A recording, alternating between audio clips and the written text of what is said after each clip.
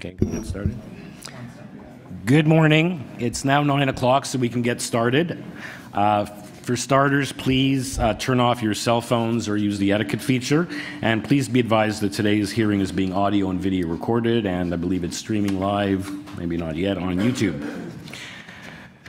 Welcome. In accordance with sections 45 and 53 of the Planning Act, as amended, this meeting of the Committee of Adjustment for the City of Toronto is called to order. The Committee of Adjustment considers applications for minor variances from the provisions of the zoning bylaw, permissions to extend or alter lawful non-conforming uses, and consents to create new lots.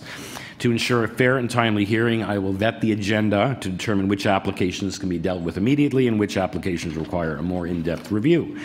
So I'll call each item in the order listed on the agenda and ask at that time if anyone, first of all, if the applicant is present, because we usually start at 9:30 and some people may not realize we start at 9, and also ask then if there's any other people in interest and wish to address the committee on that particular application. If there are people in interest on the particular application, the matter will be held until all the other non-contested applications have been cleared from the agenda. If your item is held, we strongly recommend that you meet outside with the interested parties in an effort to resolve concerns or issues or to understand better the application. If no person is present, the applicant or agent will proceed with their presentation as required, if required. We seem to have a pretty straightforward agenda for most parts, so I will ask in each instance if the committee members feel that they require a presentation. If not, we will go direct to bringing the matter into committee and seeing if the committee members have any questions, and then we'll come to a decision. So in making your submissions, each speaker, including the applicant or agent, will be given a maximum of 5 minutes to speak. When you come forward to the podium, when your matter is called, please start off by giving your name and address, and also hand in a decision request card to committee staff seated on my right. Then go to the podium, and if you have a written submission that you read from, also please hand a copy to the Deputy Secretary Treasurer when you're done. The applicant or agent has 5 minutes, if required, to present the merits of their application. Then individuals either in support or opposed to the application with concerns will be allowed to express their views. If there are several speakers present on a particular application, which I doubt is the case this morning, please ask if you present a spokesperson to present the common views of the neighbors. If we just don't want the same points covered over and over, because it doesn't advance your cause. But if the spokesperson doesn't mention something that you're concerned with, you'll certainly be given an opportunity to present to the committee.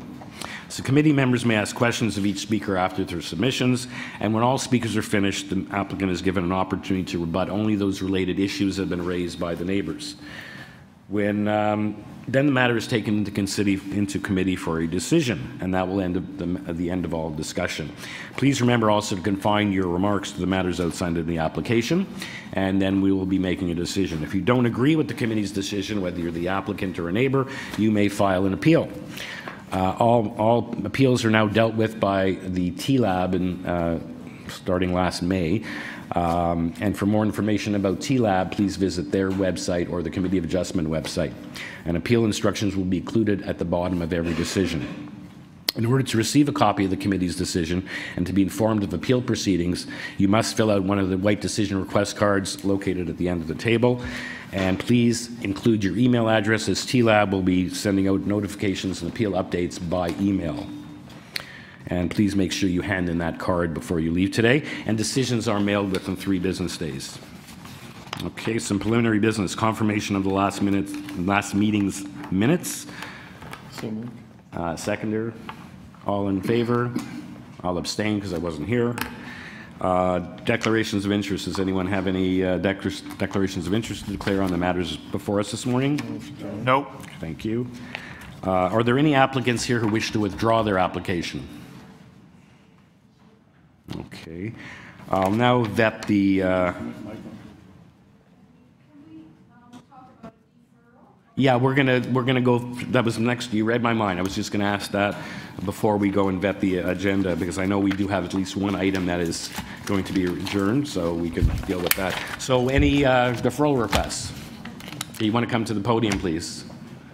One at a time. Is this on? What application is this on? Number 12. Yeah, that's the one we were anticipating. We do have 40 Belmont. Anyone here on 40 Belmont, please come to the front of the room. Just sit on the side over there. Okay. So on 40 Belmont, this is an application to alter the existing two-story townhouse row house by constructing rear, second, and third-story additions and a new rear detached garage. And we have various parties asking for requests for deferral, and we have a letter received yesterday, from the applicant, the agent Dale and Lessman, saying that they will agree to the deferral. Good morning, sir. Good morning. My name is John Richardson, the author of the letter, and the contents of the letter reflect the instructions that I have to agree to a deferral. Okay, so Heritage Preservation Service was asking, the councillor was asking for a deferral, and so there was some discussion. I know Heritage was looking for 6 months, which seemed excessive, and it looks like based on the other requests for 3 months, you're agreeing to a 3-month deferral. That's right, or certainly not more than, but yes, 3 months.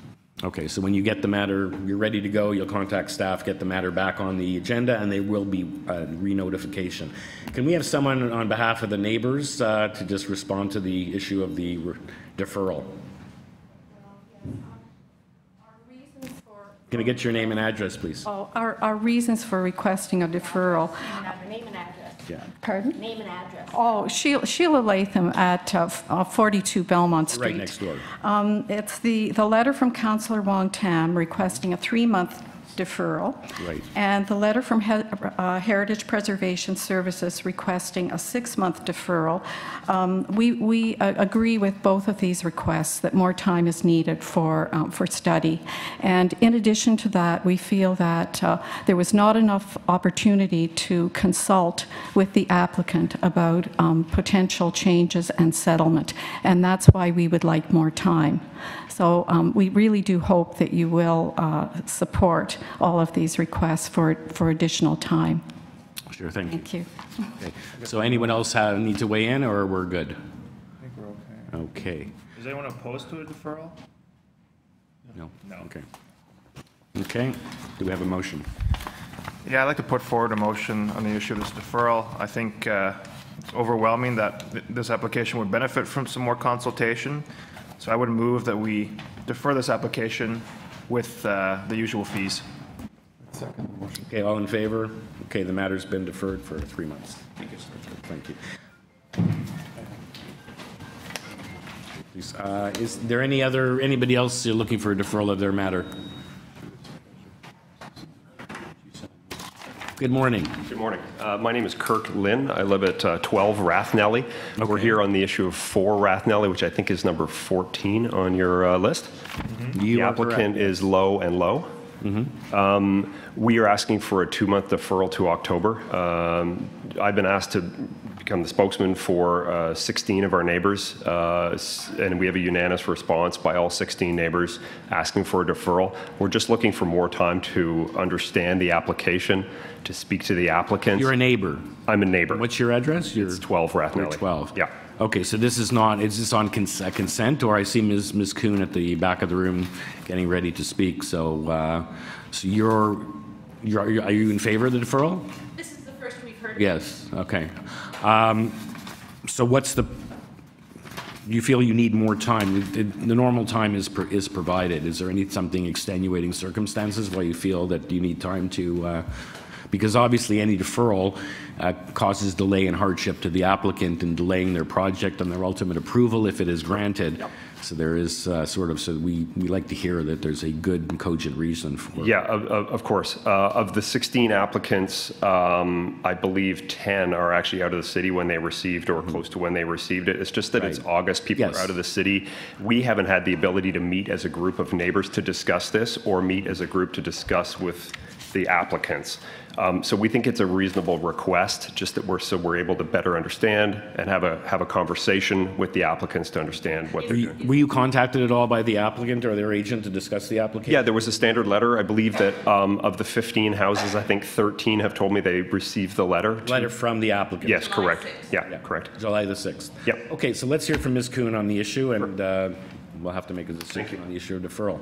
Is there anyone else here on this app? You're representing, you say, the neighborhood. I have one other neighbor with me. Okay. Sure. Can I get your name and address just to,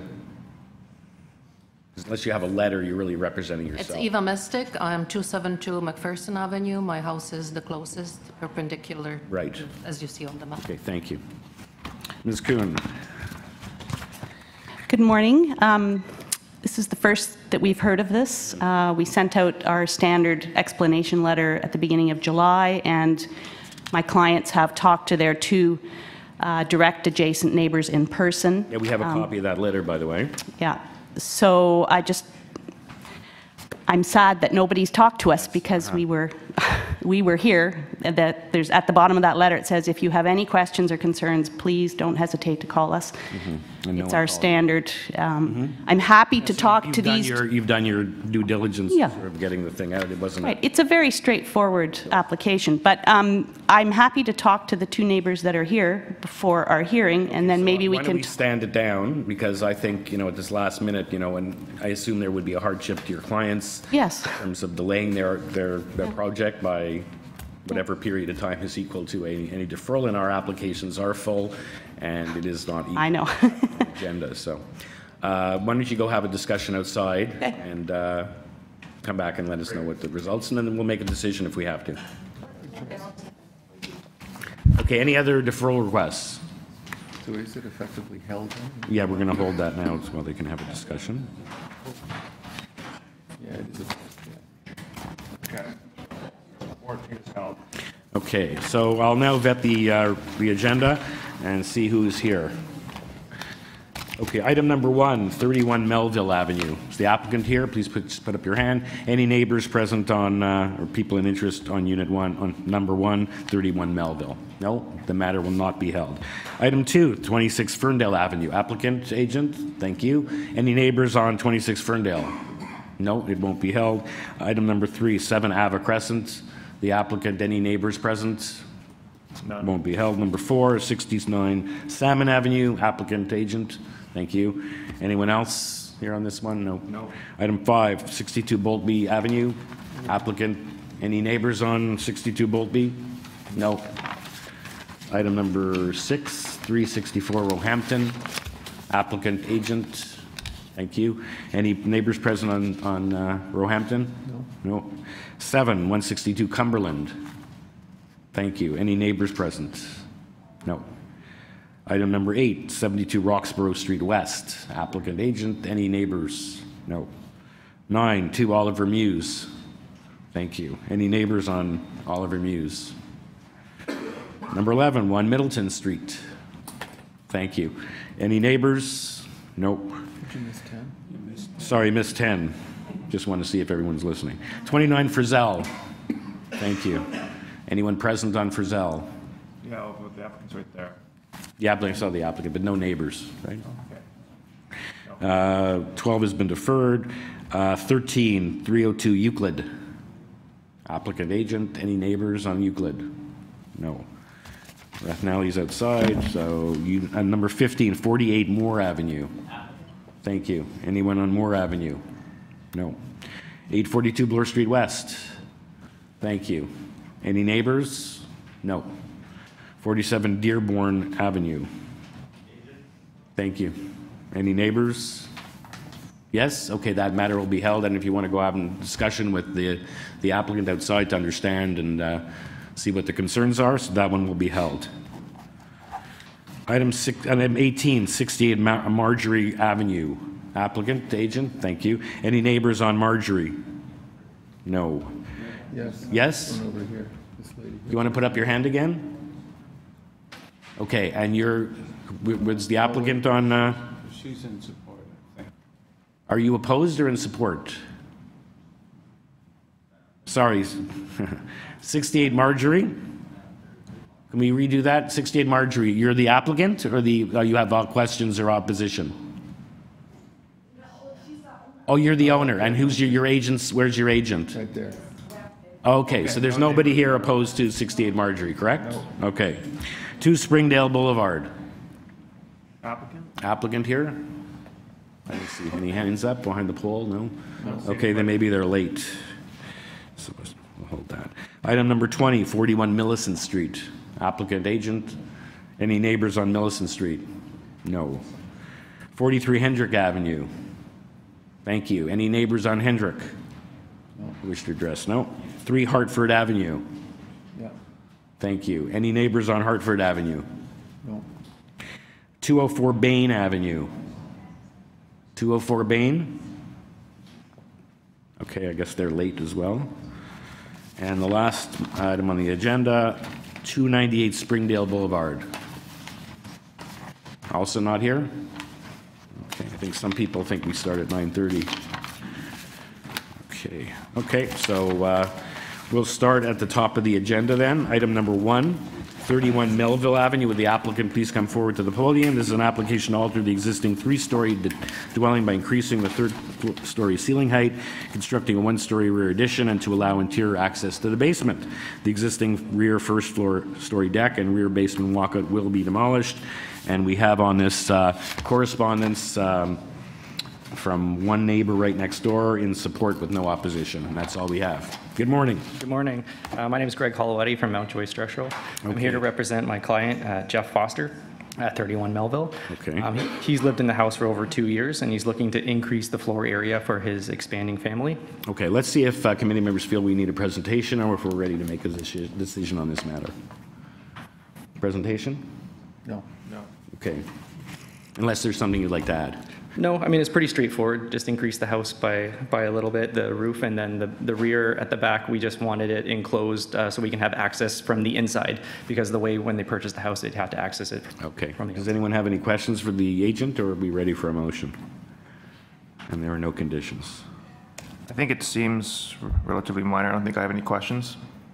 You ready to make a motion? Certainly. So I'd like to make a motion to approve this application. This is a very minor increase over the existing situation, and I think it's fit and appropriate for the neighborhood. Thank you, Mr. Bednar. Seconder for the motion, Mr. Granitstein. All in favor? You have your approval. Thank you. Thank you very much. Okay, item number 2, 26 Ferndale Avenue. It's an application to alter the existing 3-story detached dwelling by constructing a rear 2-story addition. And we have Urban Forestry requesting their standard condition number 1 and no other comments from city staff or neighbors. Good morning, sir. Good morning. My name is Kevin Washington from KW Design. Okay, thank you, Mr. Washington. Let's see if committee members have any questions for you or if they feel they need a presentation. Mr. Chairman, I'd like to move approval of the application. Excuse me, I think it's a very minor application and obviously meets the four tests for variance. Thank you, Mr. Nipfel. Hold on, is there an urban forestry condition? Yes. There's condition number Yeah. 1. Okay. If you're tying it to condition 1, I will second the motion. All in favor? You have your approval. Thanks. Thank you. Item number 3, 7 Ava Crescent, to alter the 2-story detached dwelling currently under construction by expanding the rear ground floor deck by reconfiguring the rear basement walkout stairs.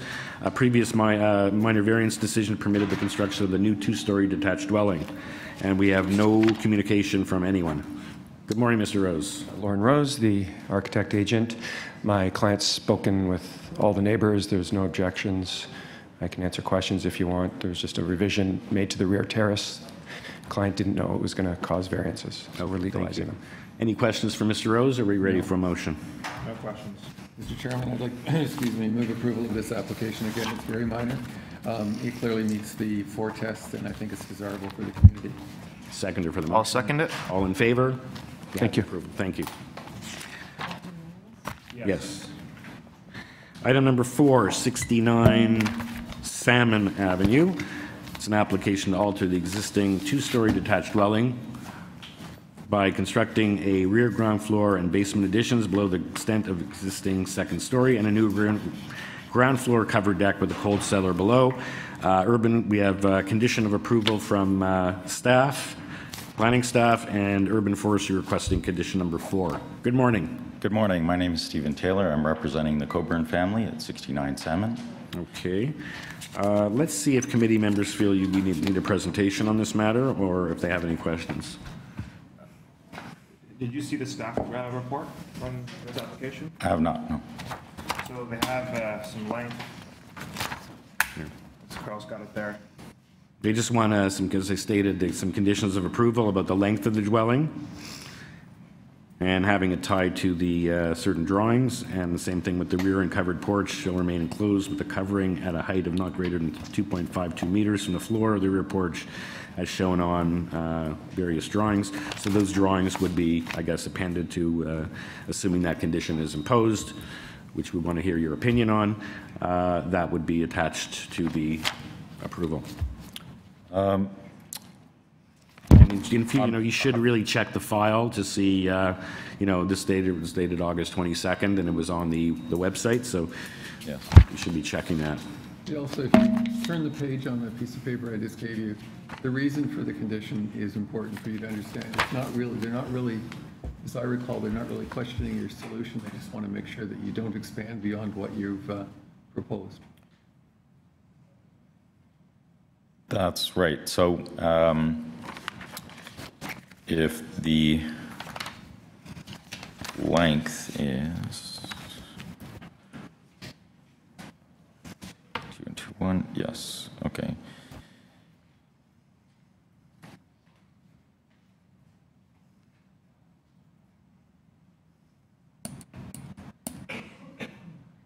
So yes, so what their comment appears to be saying is that the covered porch is acceptable as long as it's not higher than it is shown. Yes. They just want to make sure that what you're asking for, that you don't use that approval to do more than you're... Right, we're not going to put a platform from the second floor. They just want to ensure that. Like that. Yeah, okay, so that's understood. And because based on the wording of the variance, you could conceivably, so they're just being cautious to what you... That's fine, we can accept those conditions. Okay, and the urban forestry condition number 4, you're aware of that as well? Yes, yes. All right. Okay. Okay, so we have any further questions for Mr. Taylor, or do you want a presentation, or are we ready for a motion? No, I don't think we need a presentation. I move that the application be approved, subject to the 2 conditions from community planning and forestry condition number 4. Thank you, Mr. Granatstein, seconded by Mr. Nipfel. All in favor? You have your approval. Thank you. Thank you. Okay, item number 5, 62 Boultbee Avenue. This is an application to alter the existing 2.5-story semi-detached dwelling by constructing a 2-story rear addition. There's 1 variance under each of the zoning bylaws. We only have a letter of support, no opposition from 68 Boultbee, and nothing else on this application. Good morning. Andy Trotter, 62 Boultbee, agent designer. Yeah. Okay, Mr. Trotter, let's see if committee members need a presentation or have any questions. Very straightforward. No questions. I'd like to put forward a motion to approve this application. This is a very minor change and is fit and appropriate to the neighborhood. Thank you. All in favor? Thank you very much. Thank you. Next application is item number 6. Good morning. You just want to hang on a second. Sure. 364 Roehampton Avenue. Just want to read the application into the record. It's an application to alter the 2-story detached dwelling by constructing a rear deck. And again, there's only 1 variance under each of the zoning bylaws. No other communication. Hold on. Oh, no, we do have, sorry, we have a staff report from Urban Forestry requesting their standard condition number 1. And we have 2 letters of support from neighbors. Sorry, opposition. Opposition. From 366 Roehampton and from 17 Fairfield Road. Is anyone else here on this application? No? Okay. Can we get your name and, sorry? Yes, Frank Bellini. I'm the agent and designer. Okay. And this gentleman? The owner, sorry. Okay. Mr. K. Okay. Committee members, we have 2, actually, I think it's I think one neighbor that owns 2 properties, it looks like. Have you seen the letter from the person at, where is he? 66 Roehampton? Is that next door? Yes. Yeah. Yes, I did, yeah. They're recommending conditions on sound baffling and downspout. I don't believe that that's within our purview. Okay. But the recommendation about the deck, and screening of the deck along the east side. Could you speak to that? And if you were doing it along the east side, one, presumably the same condition would apply on the west side, but I'd like your views on it. Well, essentially, it's a one-story structure. There exists right now an 8-foot deck. We're asking, actually, we cut back. The owner asked to cut back to appease the owner at that time. This is over a year we've been working on this. So we cut back from 11 feet to 9 feet, 2 feet back. Okay. And then at the end, he asked for a screen now.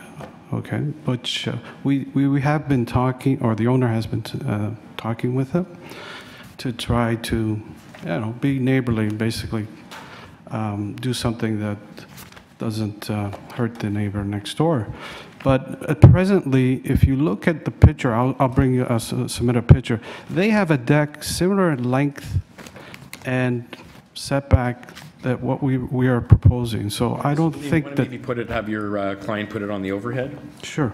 If you have anything to show us.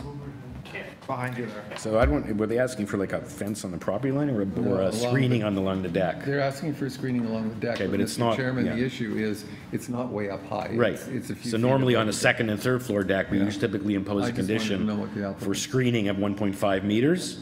But other way around? Yeah. Right now, if you see, this is the existing. Can you flip? Can you turn it around? around? Turn it around because it's sort of like. No, other way around. No, keep going. There we go. There we go. That's better. Okay.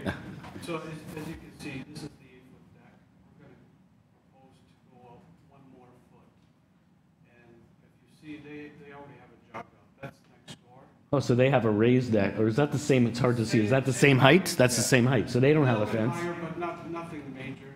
So there is a fence along the property line already. That's right. This is the question of the deck. Now, they don't have a privacy screen. No. That's what I'm. No, it isn't. Correct. No. Thank you. That answers the question. Picture's worth 1,000 words sometimes. Exactly. Best statement made. Okay. Do we have any more questions for Mr. Bellini, or are we ready for a motion? I move that the. Sorry, I forgot to add, I need to add this. We're more than 6.4 meters from the nearest tree in the lot line. So I'm surprised by the condition for the forestry, because I thought if we're less than 6 meters, that they don't require forestry for such a approach. Is it so far? It shouldn't be a big deal if we enforce the condition now? It's not a big deal. It's just that I know that they're busy, that's kind of thing, and we're only proposing 2 holes in the soil. It's not like a foundation of a house or anything of that nature. So You're saying the application would be time consuming? it'll be a little bit time consuming. It's a fairly standard condition. I mean, if we have to, we have to comply. Not a problem. I just found it odd because we're more than 6 meters. You're not going to injure a tree? No, I feel you're going to not injure at a all. tree on this, so there's no tree to injure. No, and as you can see from the picture, Yes. there are no trees there. Okay. I move that the application be approved without condition. Thank you, Mr. Granstein. Seconder for that. All in favor? You have your approval. Thank you very kindly. Have a great day. Okay, item number 7, 162 Cumberland Street. This is an application to alter the existing mixed-use building by constructing a new canopy on the Cumberland Street entrance. And there's only one variance under the, maybe a site-specific zoning bylaw, it looks like. And all we have on this application is urban forestry requesting condition number 2. Hi, my name is Claudia Biala. I'm here for SVN Architects and the owner, 162 Cumberland Holdings. Okay. Let's see if committee members feel they need a presentation for this, or if we're ready for questions or a motion. Very straightforward. There's just a little canopy to protect from the rain or whatever. This one? Yeah. I'd like to put. I just want to ask. Okay. Yeah, I just want. This canopy is over your property, not over city property. No, over our property. Okay. I have no further questions. Mr. Chairman, I'd like to move approval of the application. I think it's a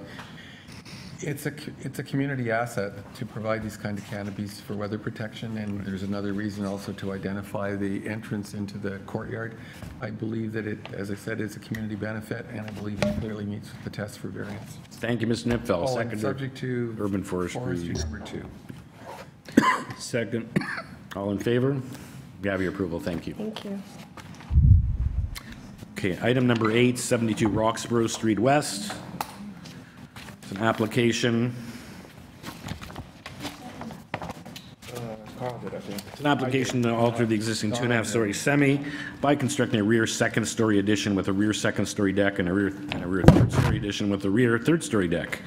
And we have 2 variances under the new bylaw, 1 under the old bylaw. And we have urban forestry requesting condition number 1.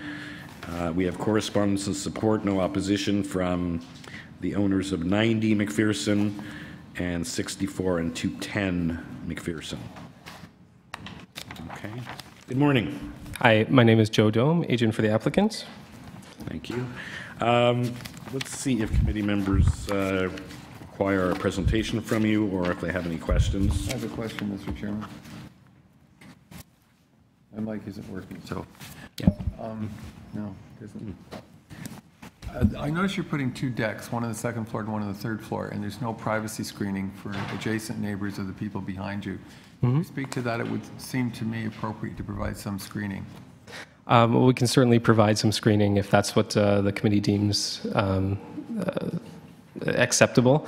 As far as we know, the neighbors don't have a concern with the amount of privacy. Are there other similar properties in Roxborough in that line that have second and third floor decks with no screening, or have second? Not that I'm aware of.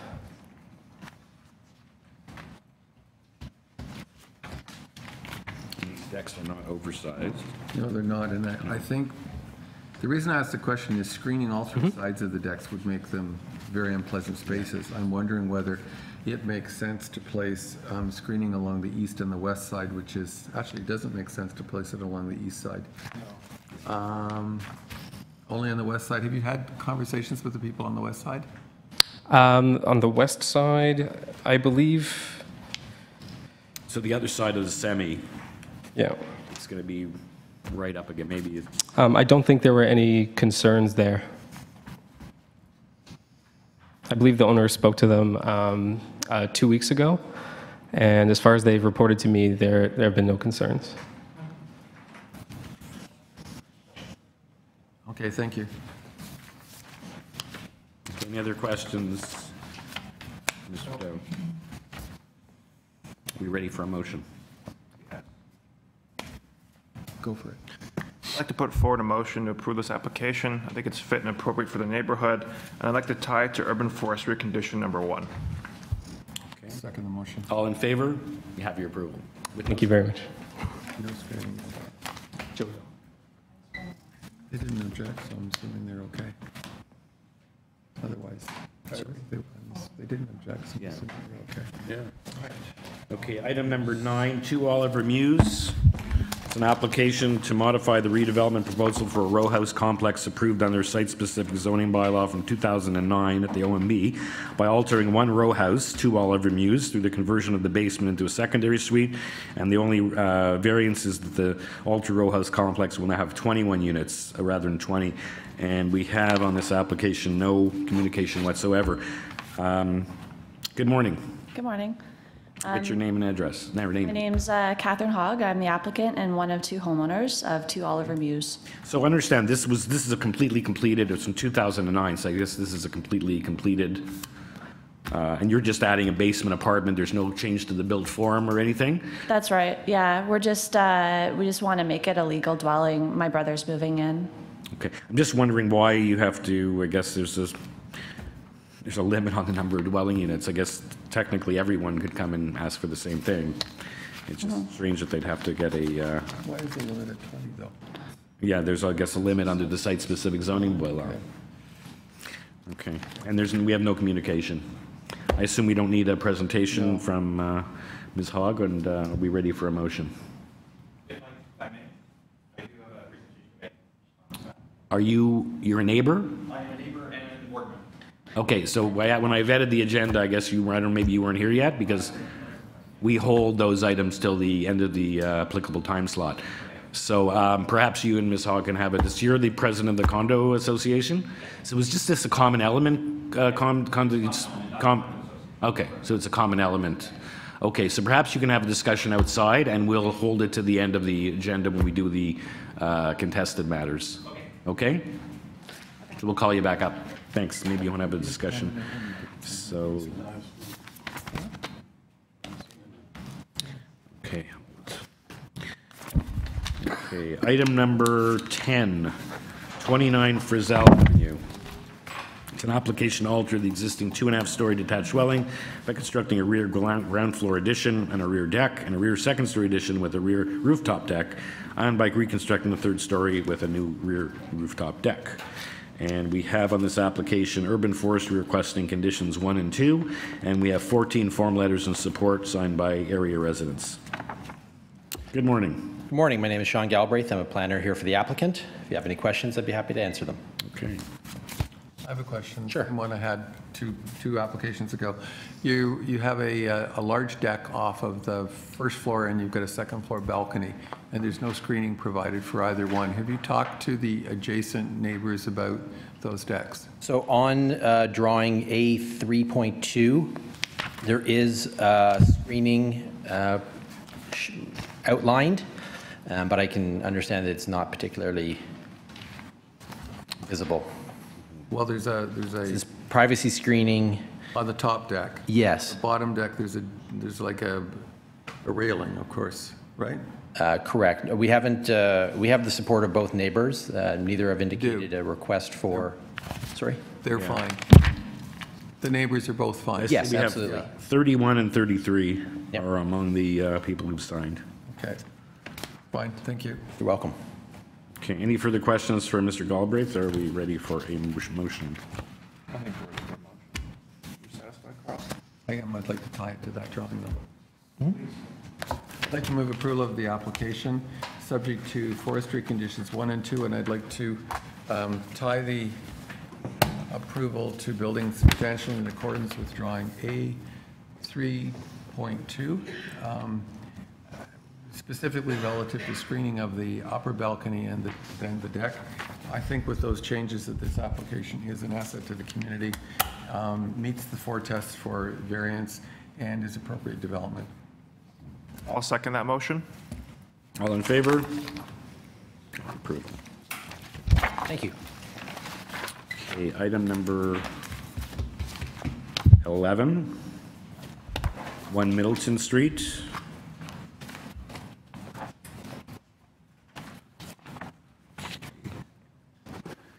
This is an application to alter the 2-story detached dwelling by constructing a 3rd floor addition, and we have no communication on this matter. Hi, my name's Meredith Robb. I'm the architect and agent for my clients, the owners of 1 Middleton. Okay. Let's see if committee members have any questions or feel that they need a presentation from you on this matter. Presentation? I have just one question. On your drawing, puncture went right through, 210. That's the front elevation. Can you show me what the height of the adjacent buildings is on that elevation? I don't have the height of the adjacent buildings. I'm sorry, I can't give you that information. My understanding is that they're both 2 stories. Yes. And you're 3 stories, but behind a sort of mansard pitch at the front. I'm just wondering. Yeah, trying to blend how in much with the higher. Well, I'm wondering how much higher you are than your neighbors on either side. Well, I think the many of the houses on the street are quite a bit taller than my client's house. A lot of them have roof pitches that are more steep. So I don't think the 3rd floor addition will pop out much higher than some of the other houses. Many of the houses on the street, and I do have some images that show, I'm just trying to see if I have the one. I have Can I just give this? You want to put it on the overhead? Thank you. So there's the streetscape. Yep. Which is hard to sort of see through the trees. But further down, many of the roofs are higher pitch and have sort of habitable, I'd call more attic spaces. So which one is your client's house here? It's the one with the yellow mustard door. Yeah. Oh, right. So in fact, the one property with the pitched roof, although it's 2 stories, it looks higher because of the pitched roof. And the one on the other side, the aluminum one is just regular flat. Is it 2 stories? Yes, flat roof? it's sort of a strange house that many additions have been done to. It doesn't fit in its own. Yeah. Okay. Yeah. Thank you. That answers my question. Okay. Okay. Have any further questions for the agent, or are we ready for a motion?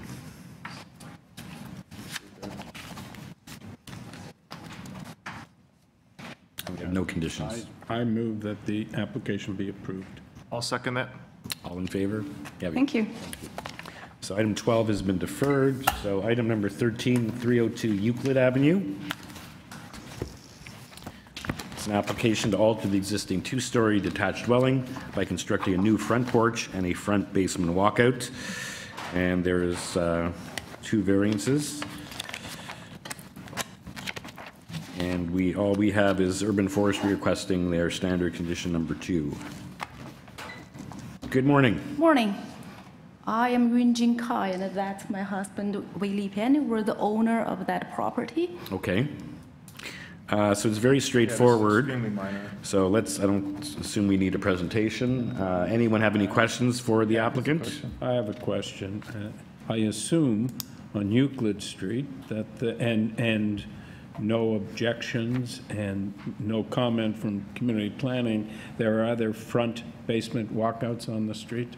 Yes, I counted myself. So between college and Dundas on Euclid, out of 370 houses, there are about 50 walkouts. 50? 50. Yeah. Wow. Okay. Thank you. Thank you. That was my question as well. Okay. All right, I move that the application be approved subject to forestry condition number 2. Thank you. Second the motion. All in favor? You have your approval. Thank you. Thank you.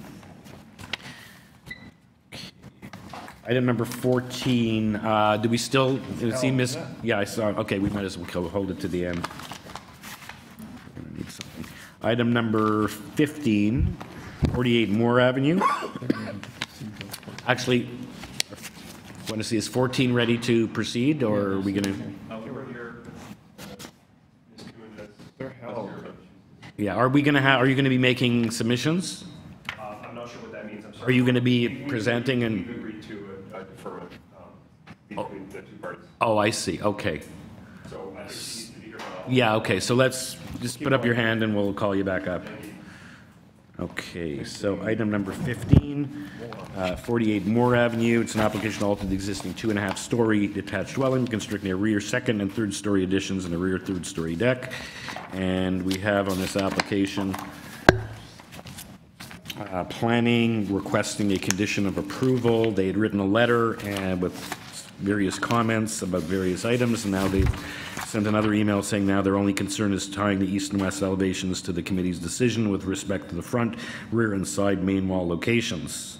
And they no longer have any issues with respect to decorative details such as windows, eaves, cornices, or any other feature that doesn't correspond to a variance request. Sounds reasonable. Good morning. Hi. I can see you're moving at a pretty good clip, so I'll be direct, and if you have any questions afterwards. First off, the owner obtained 8 letters of support. Oh yes, Angus Skeen, the architect and agent, sorry. Okay. The owner obtained 8 letters of support, which he emailed in last night, too late to be included. I can distribute. Okay, so we can add those to the record. Yeah, exactly. There's Yeah. 3 sets there. Thank you. They include the immediate neighbors on each side. The variances, if you'd like, I can speak to the variances, but most important, and the planning letter, I've spoken with planning, it's perfectly fine, the recommendation, we can accept it. And that email was generated by a concern I had. So in your file, you'll find those 2 emails, the response and my request, which is simply that the owner has an interior designer who may want to change a window in the kitchen on the first floor. And when this finally gets back to permit, I just wanted to have something on file on the decision that said, look, you know, it's tied to plans, except we don't have any concerns about the windows, you know, as long as the windows don't trigger a variance, which we wouldn't. So my main thing is to ensure that any decision of approval would include those emails. I've never done that before, but it seemed the easiest way to do it. Well, I guess I don't know what to make a motion, but it would be, we're tying it to the plans and specify what the purpose of that is, and that you're concerned it's, because he's already said in the email, the decorative details, which was, is not a condition in any event. It doesn't. I guess what I mean, maybe I'm speaking too much, but I guess what I'm wondering is the email that you're referring to is the same one I'm referring to. Why do you think you'd have a problem with that if we tie it to the plans? If we're tying it to the plans, it's only for the sort of in situ where it is, and it doesn't sort of deal with the decorative items or things. And that's exactly true. And my only concern is when it goes to the building department staff and they're going to issue the zoning certificate. If on the zoning certificate, because of the interior designer, I've moved a window on the first floor, I'm trying to give a paper trail for the zoning examiner to say, oh, tied to plans, but that window's in a different spot. So I'm hoping this email forms a part of the documentation, if that's possible. It's either tied to plans or not. I mean, the drawings are tied substantially or to be built in substantially in accordance. I don't think there's any variance dealing with those. No, there aren't. Yeah, so that's fine. Maybe I'm just being a little paranoid, but at least there's something in the file at this point. sure. Okay, that's fine. just No like problem. these are in the file. So. Okay, great. Now, would you like me to make a presentation or? Committee members? No, I just have a question. I was going to ask you about privacy screening of the decks. There's no problem behind you, but on either side, there could potentially be screening problems, but you've got support from both sides, 46 and 50. Correct? That's correct. So there's no concern on their part. Thank you. Yeah, are we ready for a motion, or are there any further questions for Mr. Skeen? I move that the application be approved, subject to the planning condition that the building be built substantially in accordance with the plans filed. Whoops. Drawings A9 and A11. Yeah. In accordance with west elevation drawing A9 and east elevation drawing A11, dated and received by the committee, or received by the Committee of Adjustment April 6th, 2018. Thank you, Mr. Grandestein. Seconder for the motion. Second the motion. All in favor? You have your approval. Thank you. Thanks very much. Okay, item number 16, 842 Bloor Street West. It's an application to establish as a second dwelling unit on the second floor of the existing two-story mixed-use building, which contains a restaurant use on the first floor. We have a variance with respect to one parking space.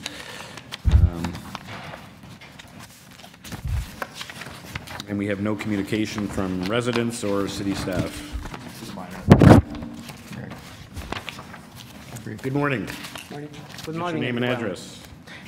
My name is Byron Escobar from TBM Engineers. I'm here with Mr. Carlos Rixi, is the owner. Okay, the welcome. applicant, and basically it's straightforward. We are not doing any work outside or whatever it is. You're just adding a dwelling unit. So instead of upstairs one dwelling unit, you're going to have two. That's the idea, and there is no parking on the lot. So I'm ready to make a. Yeah, you're on Bloor Street. You assume the people who use public transportation don't have require a car. You're right there on Bloor. Okay, I think Mr. Bedner's ready to proceed. So I'd like to make a motion of approval on this application. The variance is extremely minor and this area is well served by transit. Second the motion. All in favor? You have your approval. Thank you. Thank you very much. Thank you. Item 17 is being held, so we'll move on to item number 18. Oh, they're back. Oh, they're back? They're held. Is Ms. Kuhn here, or? Okay, you want to come forward, please? So that's going back to item number 14, Rathnelly, right? Come on up. Yep. Number 4, Rathnelly. Welcome back. Thank you. Thanks for giving us the chance to talk about it.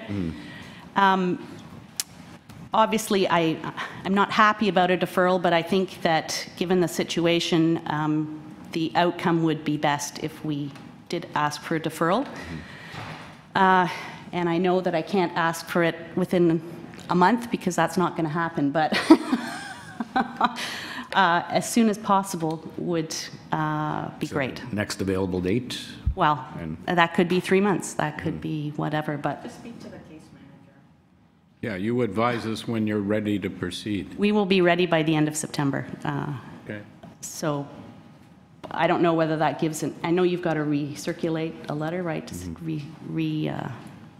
issue the date, et cetera, but it's just that, there's so many things that are wrapped up in this, the rental of a new place to live and all this sort of stuff, so 3 months is a long time. Yeah, as I stated, it's the deferrals, especially in this are sort of a hardship, but you don't feel it can be resolved. Well, it's not as if they even have any complaints. They just feel they need more time to look it over. So. So anyway, you're consenting to that, correct? I'd rather have them happy and everything resolved than go into this on a bad foot, so. Right. Motion to defer? Seconder for that? Second. Next available date, or? Can I ask you a question? Typically 3 months. 3 months, right.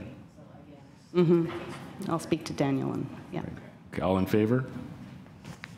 Okay, the matter's been deferred. I did. Carl did, yep. Okay, thank you. We'll see you back again. Yeah, thank you. Yes, with the normal recirculation fee. 18, I think. 18, right. We're at 17 is being held, so we're up to 18, which is 68 Marjory Avenue. It's an application to legalize and maintain the as-built third-floor addition of just under 16 square meters located at the rear of an existing two-story semi-detached dwelling, where there are one variance under each bylaw, the gross floor area. And we have on this application nothing whatsoever, just the applications filed by the applicant, no communication from neighbors or city staff.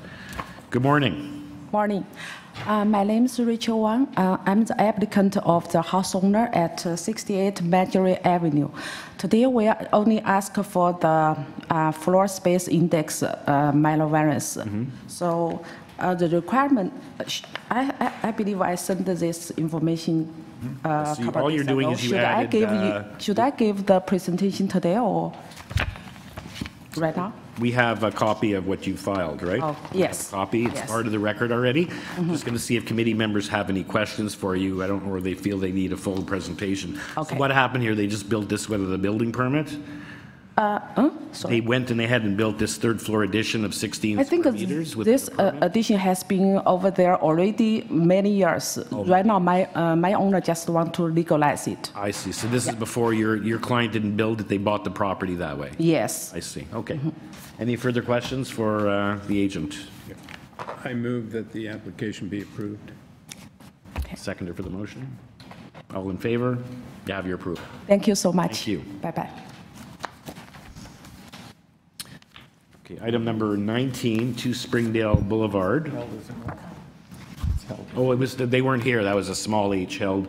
Is the applicant here for 2 Springdale Boulevard? We called it. They weren't here when we, I guess you thought we started at 9:30 and not at 9 today. No, we just got caught. We're caught in traffic. Okay. Okay, is there anyone else here on 2 Springdale Boulevard with concerns or opposition who wish to address the committee? No, okay. Can we get your name and address, please? James McDonald, 152 Kingswood. I'm the architect, and then Catherine Moore, the owner. Okay, we have just a height variance on this. It's to build a third-story addition, 0.8 of a meter. We have community planning requesting that condition of approval, that the approval be tied to the plans to be built substantially in accordance. And we have 2 correspondents in opposition from 18 and 19 Springdale. There are 2 opposition letters. Let's see if committee members require a presentation or have any questions for you. Have you seen the report from planning? Yes, I did. And you're okay with that? Yeah, that's fine. Okay. Anyone have any questions for Mr. McDonald? We're ready for a motion. I think this is appropriate.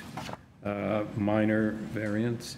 I move that the application be approved subject to the condition from planning that the addition be built substantially in accordance with the elevation plans submitted to the committee, showing no height encroachment beyond the height of the existing building. Those are A5 and A6, I believe. That's right. Date stamped April 11th. Okay. Seconded for Mr. Granatstein's motion. Seconded. No, go ahead. I'll second it. All in favor? Thank you. Have your approval. Thanks. Okay, so item number 20, 41 Millicent Street. This is an application to alter the existing 2-story semi-detached dwelling by constructing a 2nd-story rear addition.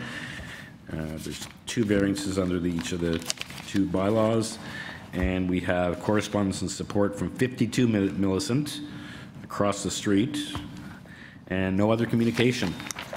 And I do have an additional 14 copies of letters of support from other neighbors. Okay, why don't you pass that forward, and we'll include that as part of the record. Okay. Oh, I see in a list. There's 1 copy here? Or? Oh, yeah, there's 1 copy of each signature. Yes. Okay, and there's the... And it shows that both adjacent, yeah, we've got a lot of copies of this one.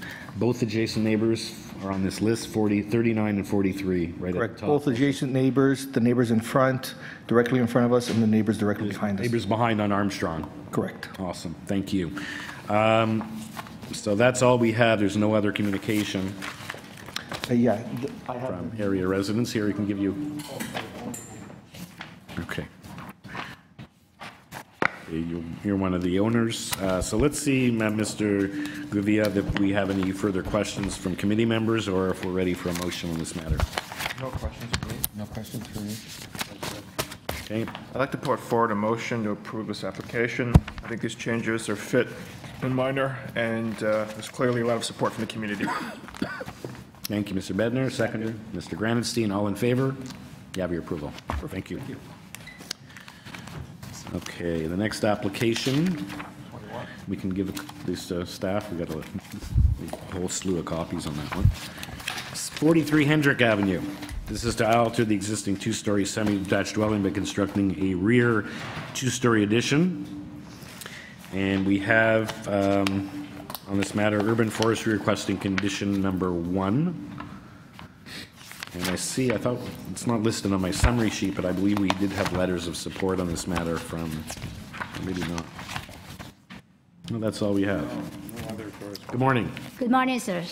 My name is Josie Avila. I'm the applicant for 43 Hendrick Avenue, and the purpose of the application is to alter the existing 2-story semi-detached dwelling by constructing a rear 2-story addition. Okay, Ms. Avila, let's see if committee members have any questions. As I said, Urban Forestry is requesting a condition that you have to get a permit to injure or remove a tree.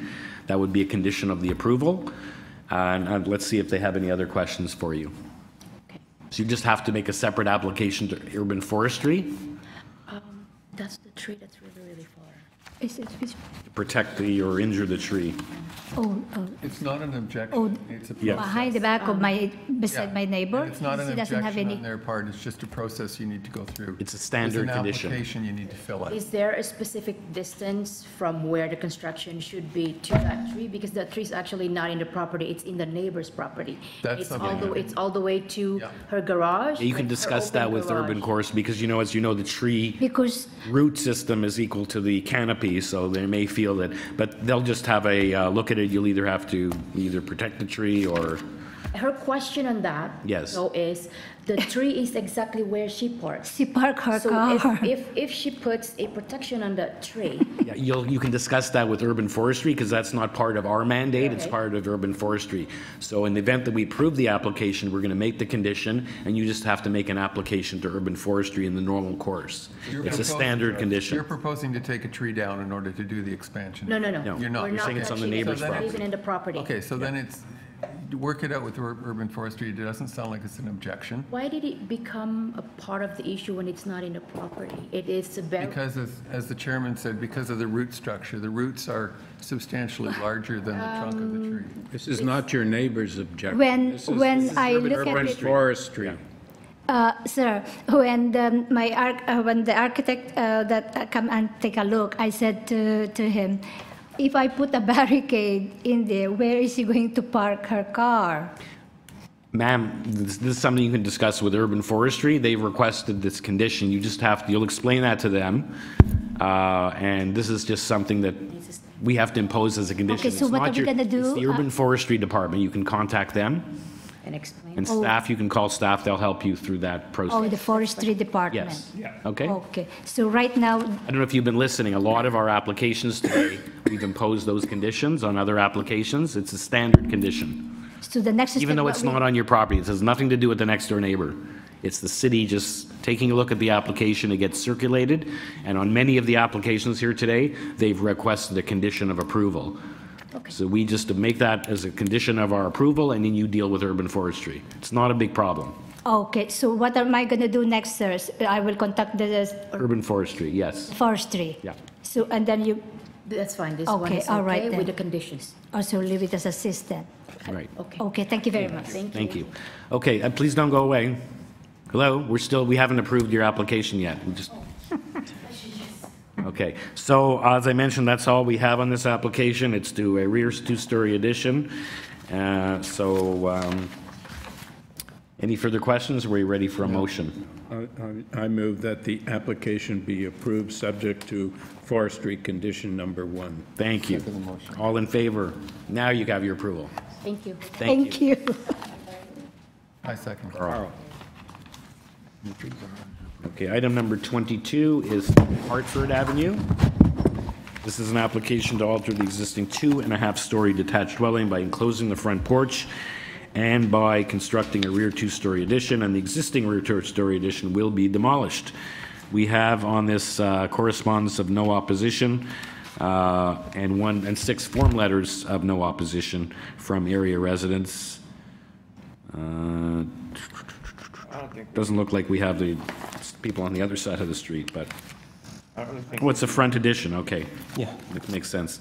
So let's see if we need a presentation from you or if we have any questions. But why don't you start off by giving us your name and add name for the record. Hi, Joe Dome, agent for the owner. Welcome back. So in my opinion, I don't think I need a presentation on this. I don't know about. No, I don't either. I'm fine. Okay, so you're just replacing the Yeah. addition and doing some, closing the front porch. So this application is extremely minor. It's fit and appropriate for the neighborhood, and I'm happy to put forward a motion to approve this application. Mr. Chairman, I'd second the motion, but I'd also like to compliment the owner. This was a pleasure to read. The amount of support that you got and the comments of your neighbors about what you're doing for the neighborhood is very refreshing. So has this already been done? Because I see one of the neighbors says he's directly behind, and they have not had one issue with the work that has been done.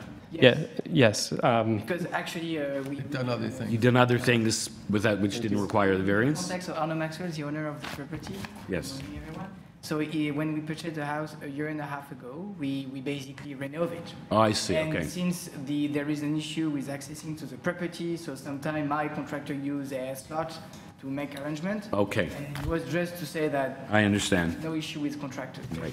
Okay, thank you. All in favor? Do we vote on this already? Do we have a motion on the table? Motion is seconder, yeah. Okay. All in favor? Yeah, for your approval. Thank you, Ms. Dome. Thank you. Good day. Okay, item number 23 was not here when I vetted the agenda. Are you here? 204 Bain Avenue. Is the applicant here? Is there anyone else here on 204 Bain Avenue with objections or concerns? No? Okay, so we can go ahead. Hi, my name is David Stark. I'm the owner of 204 Bain. Apologize for not being here at 9. My contractor said you're 23 on the docket, so you're not going to start right away, so you don't have to show up right away. And he's on his way, so. Yeah, with this, we have just a morning hearing today, so they're all sort of at 9, and we vet the agenda rather than going in order. So this is an application to alter the existing 2.5-story semi by construct a rear third-story addition and a rear third-story balcony. And we have correspondence, I already said this, 1 letter and 8 form letters of support. And nothing from city staff. Yeah.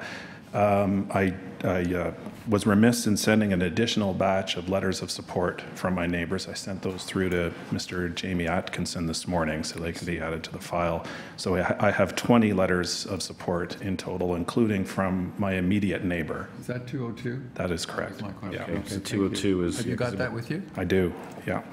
Okay, so we can just add that to we'll add those to the file along with your. Yes. Perhaps you could bring them all. Oh, I can bring them all? Sure. Hand them to the chairman. Okay. Thank you, Mr. Stark. Okay.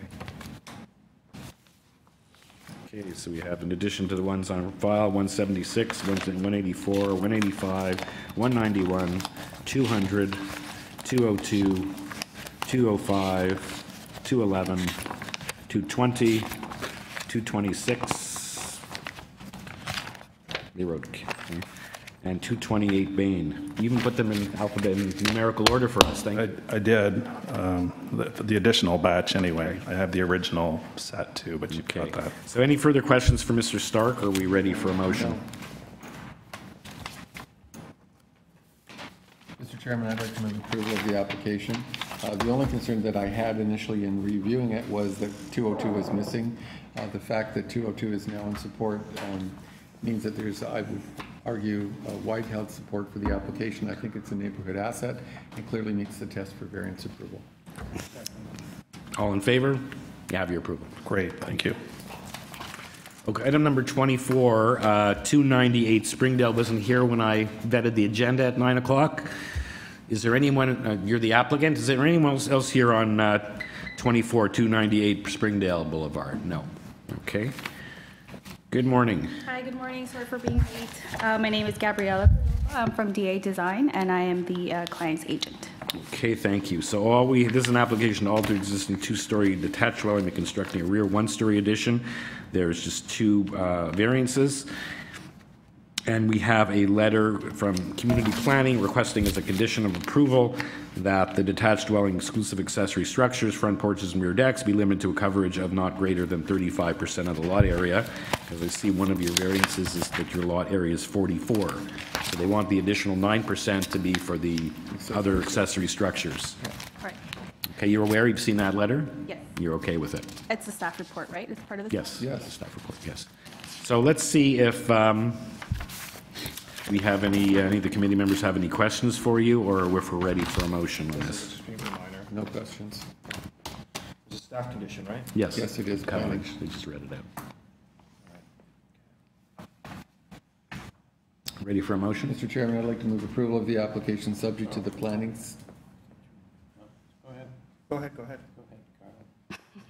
I just thought Alex was going to make the No, Carl. No, he wasn't fast enough. Yeah, that's fine. Subject to the planning department condition of approval. Clearly, this meets the conditions for variance approval and is an asset to the community. Thank you, Mr. Nipfel. Seconder, Mr. I'll Bednar. second the motion. All in favor? You have your approval. Thank you. Thank you. Have a good day. Okay, so we'll go back to the. Tripping over each other to make a ruin. So we're going back to the held items. I think there's just 1 or 2 now, right? no. Rathnelly was deferred, so we don't have that one. Dearborne. All we have is Dearborne. No, number 9. Oh, right, number 9 with the condo association. Okay, so item number. Yeah, right? Yeah, well, we are at the end, so. They're here. Yeah, so you want to come forward for 2, we'll do it in numerical order. Then 2 Oliver Mews, item number 9, with the applicant and the, this is the condo corp. President, please come forward. Okay. Okay, so the basement secondary suite. Yeah, so I chatted with my neighbor, and I think and he's also a member of the board of directors of the condo corp, and I think we've reached an agreement. Do you want me to do my presentation then and just speak to? Well, let's see if we need a presentation. You're just adding a secondary suite in the basement, increasing the site-specific zoning dwelling unit count by 1 from 20 to 21 units. I should just say, for the benefit of my neighbors, that I'd like to address a potential misunderstanding which was brought to my attention yesterday with that might have been caused by the site drawings. I just want to say that we're the owner of 1 parking spot, not 3, and that parking spot is our driveway. And it's not our intention that if we do eventually have a tenant in our basement, that they would have a parking spot at all. And also, after speaking with my neighbor and member of the board, Rod, he is supportive, and the board is supportive of the proposal, subject to, we just need to have a discussion about the fee structure, because it's a condo corporation. Oh, I have a question, which is maybe for this gentleman, but basically you're working within the envelope of your unit. And so I don't understand how that's a common element. The structure of ours is a common element corporation, right? Not a. You sir, maybe you can come to the podium to speak.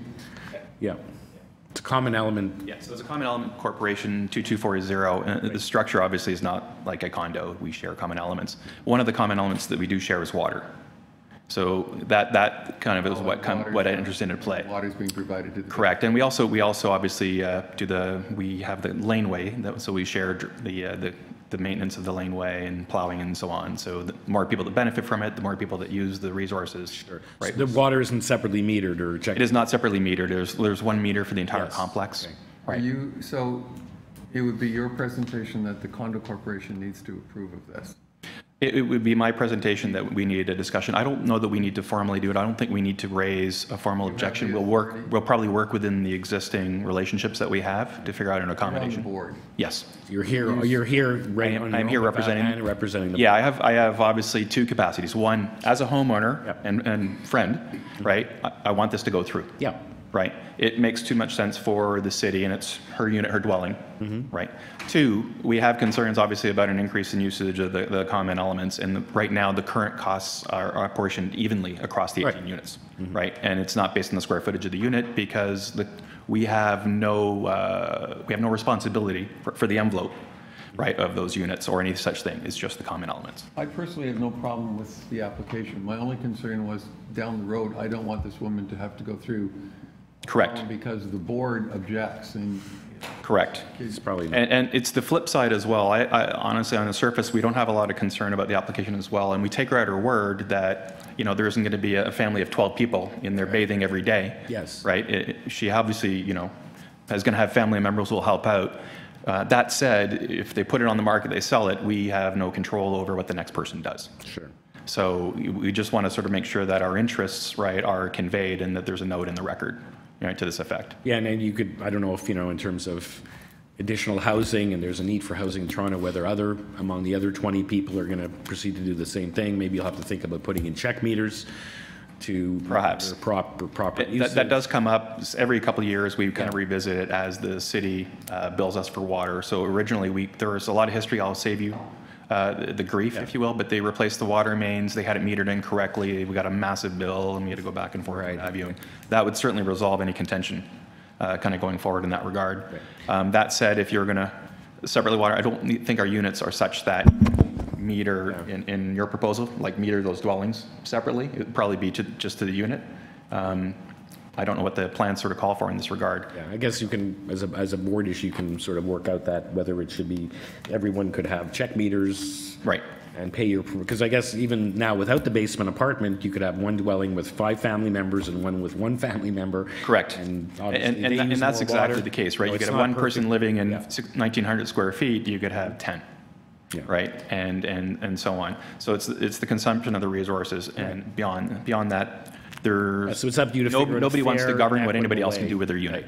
To be clear. Like I said, there's whether they have a basement apartment, someone be the number of people living there, or someone may go down south for 4 months and have it vacant, but they're still paying their share. So it's sort of an internal issue. Yeah, and I think we weren't too concerned about things in general until we called up the plan and we saw that the drawing was incorrect. right? And that sort of set off sort of alarm bells a little bit, right? Katie's addressed it here, right? That the drawing is incorrect and stuff like that. But then that kind of started all these other dialogues. And it's a very good community of 18 units. We get along very well. We're very fortunate. We had one problem person who moved out a long time ago, so that was addition by subtraction, and we want to keep the harmony. And How is the entrance to the bay? Is there a separate entrance to the basement? Yes. Okay, in the front or the back, or? It's around the back. Around the back, right. Yeah, and it's properly staired and graded and so on. Yeah, and railings and everything else. The great thing is the homeowners of number 2, Katie and Peter, they're more than above board. We've shared a lot of joint exercises together, so I certainly want this to go through. My concern obviously would be, what happens if they sell the unit, family of 20 guys move in there and they leave the toilet running and what have you. Yeah. Right, just how do we protect Oliver Mews is accessible to public transportation. It's that's very good in terms of your concerns about additional vehicles and things of that nature. Yeah, it's well within the city limits. Public transit, literally, perhaps a half block away, and so on. And there is parking on the street as well. So, again, if you have more cars, right, than you are legally entitled to, right, you can get a pass to park in the street. You mentioned a couple of times that the concern is not with the current owner, but what if they sell and right. the subsequent owner? You realize that if this application is approved, there's nothing in here that would prevent that. Concern. I understand.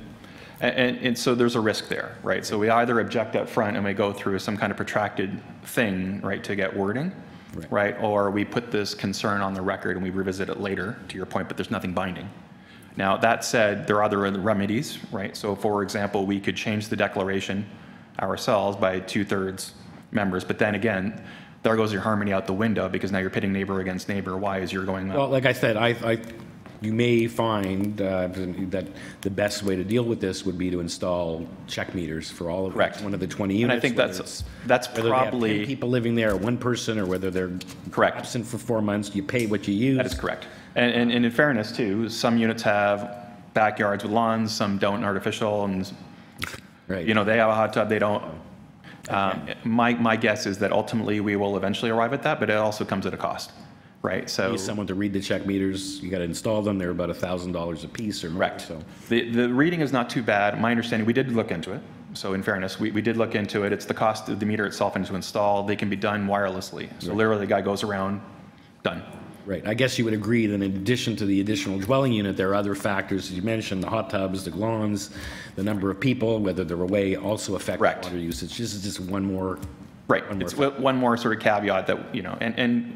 We don't know what happens next. We take them at their word, right? They've been terrific neighbors since they moved in, and I have little doubt that they're true to their word. Yeah. But should they sell, we have no idea what comes in later.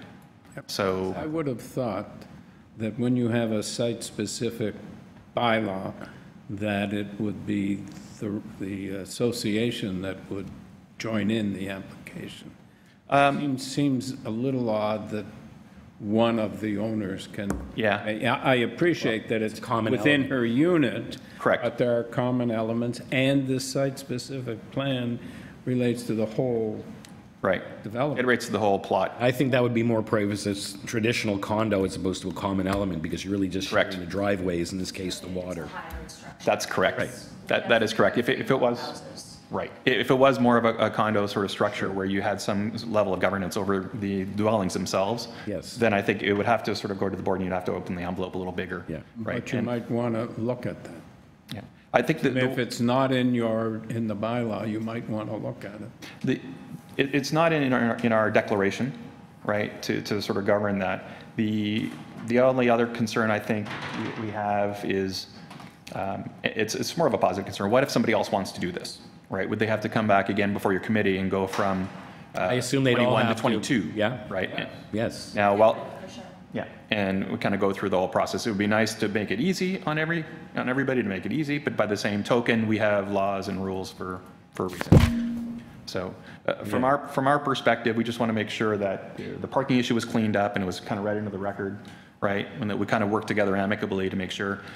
Where we are concerned, there could possibly be more of these applications, so they each have to come back and get that rubber stamp. But obviously, you're internal. You do have a cogent reason for being here, being the water issue. Right. But that's only one of the several issues, so. Yeah, and the hardest thing when you deal with an close neighborhood, you run into, it's sort of a dead-end neighborhood. You've probably perhaps seen the drawings, and we're, you know, passing each other all the time. We get along really well. Right. We don't want to lose that.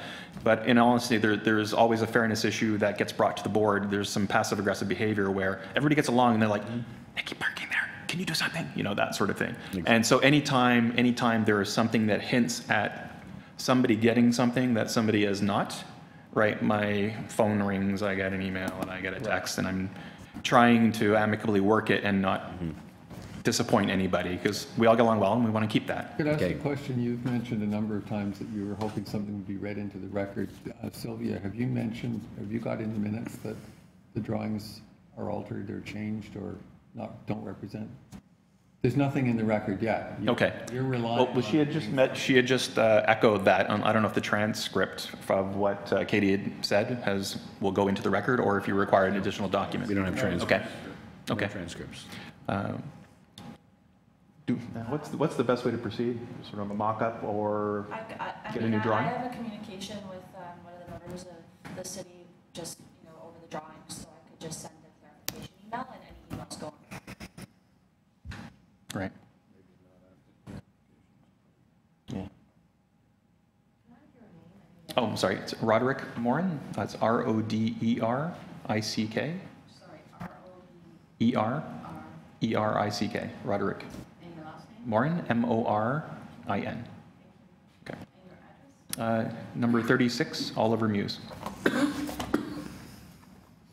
So to make the Mr. Clark, to make the correction, how do you suggest that we proceed? Because what we don't want to do is obviously delay anything that she hasn't. The plans are not correct. The plans we're not making our decision tied to the plans. Okay, good. Suggest that the applicant owns more parking spaces or has rights to more parking spaces than she does. If you look, as my understanding, correct me if I'm wrong, drawing SA 1.0, there are 3 parking spaces shown there. The applicant has exclusive use only of the parking space in the garage. That's right. Not in the garage and on the driveway. So you have 2. So I guess it would be 2, yeah. So if this went to the plans examiner, I'm just wondering, could there possibly be a missed variance because sometimes you need a second parking spot would trigger because you're having a second dwelling unit, and that they missed that because they thought you owned 3 parking spots? Is that a possibility? In which case, you'd have to come back if there's a requirement. If there would have been a variance for, I don't know what the, as a city matter as opposed to within your declaration, your site-specific zoning bylaw. Yeah. I believe this application the development itself, it would have been subject to a site plan approval. The whole thing is. This where I was guessing it's a visitor spot. It sometimes gets used for that. It's common element. It's typically where the snow gets pushed in the winter, and if that's this one here, right? The one. Yeah. The one, it's extra 2 or something. No, but the problem is that it says here existing 2 car driveway. Existing 2-car driveway. Yeah, so I'm just throwing in a possibility that could there possibly be a parking variance that wasn't identified because they saw that and figured you had 2 spots or even 3, and that so they didn't identify that you were deficient a parking spot. I don't know if that's the case or not. I mean, I don't know that plan. Yeah. Well, you probably know more than me. Well, that would be up to the plans examiner. I don't know if the bylaw, because it's an extra dwelling unit, would have required an extra parking. We often see that. The chairman's wondering if you might get bounced back here again. Just from, just a practical matter, though, I would think that a basement apartment wouldn't necessarily require a parking spot, given the fact that I agree there's with you. public I agree transit. with you. But if you see some of we're here, we do thousands of applications, and often when you add a dwelling unit, it shows up as a parking variance. We approve the variance. We acknowledge that they can use public transportation, or someone renting a basement apartment may not have a vehicle, but it still it has to be identified as a variance that we're giving you that break from 2 parking spots. So I'm just wondering out loud if you would have had a requirement and the plans examiner didn't note that because he saw that you had 2 or 3 spots, opposed to 1. Also, just looking at the photograph at the beginning, if this area is just for snow storage, I don't know if that actually could be a proper parking space. Well, I believe, I'm guessing. It's a visitor. I believe this whole property is subject to site plan control, and it's a site-specific bylaw. I suspect that what is approved is actually the development as and in fact, whether you use it to put snow on or not, it's still designated as a parking space in terms of counting the number. But you're saying that was a visitor, those are visitor parking spots. Ms. Hogg only has one, right?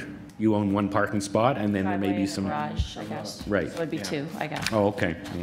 Anyway, I guess it's not before us, so we'll have to make our ruling on what's before us, and there's a slight chance that you could possibly, I'm just throwing that out, so. Right, but that, Okay. That said, right, to give you the corrected plan, or an adjusted plan that removes that, what would the process? Well, the plan does not, I'm just wondering if the plans examiner who identifies the variances was misled by that, but it's too late to do anything about that now. To your question, if what we were here deciding is whether you should get a variance to the parking bylaw, and this was the drawing we were working with, then that would be significant because the drawing's incorrect. Right. This isn't what we're judging. We're dealing with the additional unit. Okay.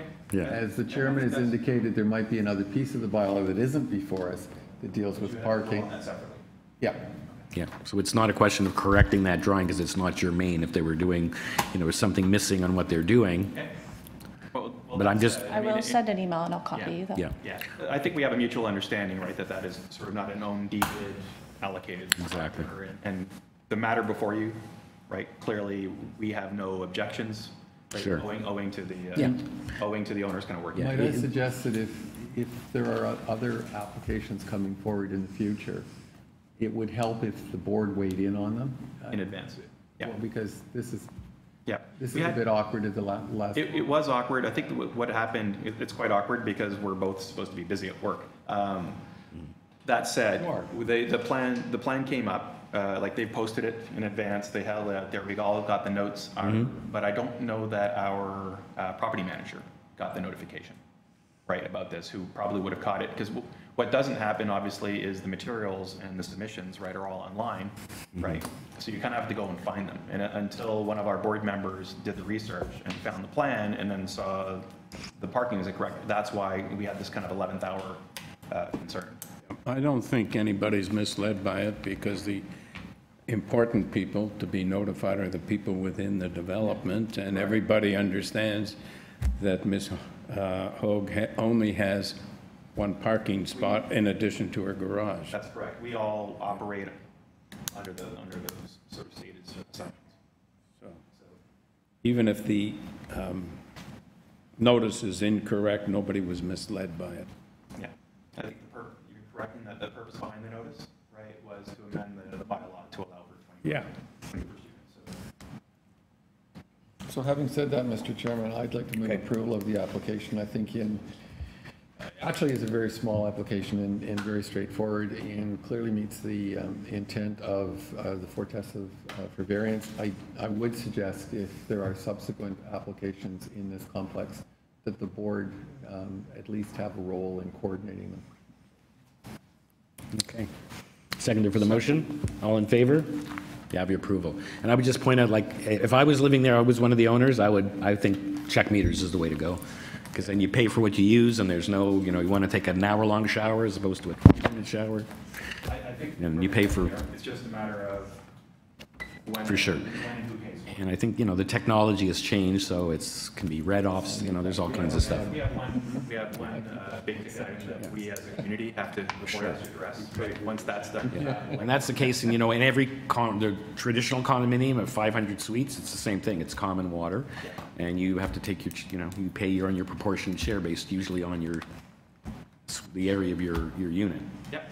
Not on the number of bathrooms, not on the number of people, but it's sort of an arbitrary thing. So. Yeah, we'll take this back to board and cover it off. Right. Katie's well aware of what's going on. Okay. Okay. This will likely be the next. Great. So let you go back to work. Thank you. Thanks. Don wants to know if we can take a 2-minute break. Okay, we're going to just take I think we only have one more application. Last one. Okay. You want to take a break? Mr. Kuna, 17, and there's No neighbors? Where's your opposition? They just wanted to ask some questions. Obviously. He was representing his mother, so he's gone, he's fine, he's happy with it. Okay, so item 17, 47 Dearborn, we can get rid of this in 2 minutes. To alter the existing two-story semi-detached dwelling by constructing a two-story rear addition and a deck. And we have on this application... River Forestry 1 and 2. 1 and 2, that's it. That's it, thank you. We have morning hearings, they give us all the easy peasy stuff, so. So, Mr. Kuna, let's see, I don't assume we need a presentation on this. Any questions for Mr. Kuna, or are we ready for a decision? I make a motion that we approve this application subject to forestry conditions 1 and 2. I second it. All in favor? You have your approval. Thank you, have a good day. Thank you, you too. And I assume that's all we have. Been adjourned. That's all they wrote. I knew you were pessimistic, Michael, when you said 11 o'clock. Rulings for me. Sylvia, you get these.